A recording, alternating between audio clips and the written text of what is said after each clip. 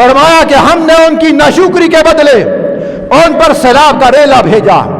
اور سیلاب کا ریلا کیسے آیا تھا؟ 2 ان کے ڈیم تھے، 2 پانی کے ڈیم جو انہوں نے اپنے ضرورت کے لیے پانی کو محفوظ کر رکھا تھا. یہاں 75 سال ہو گئے یہ پانی کو محفوظ نہیں کر سکے، پھر بھی دعویٰ کرتے ہیں ترقی کا. پتہ نہیں یہ کون سی ترقی ہے، کس ترقی؟ ایسی ترقی پھر تنزلی کس بلا کا نام ہے؟ اگر آج یہ موجودہ صورتحال ترقی ہے مجھے بتلاؤ پھر تنزلی اور بدحالی یہ کس بلا کا نام ہے؟ کس چیز کا نام ہے؟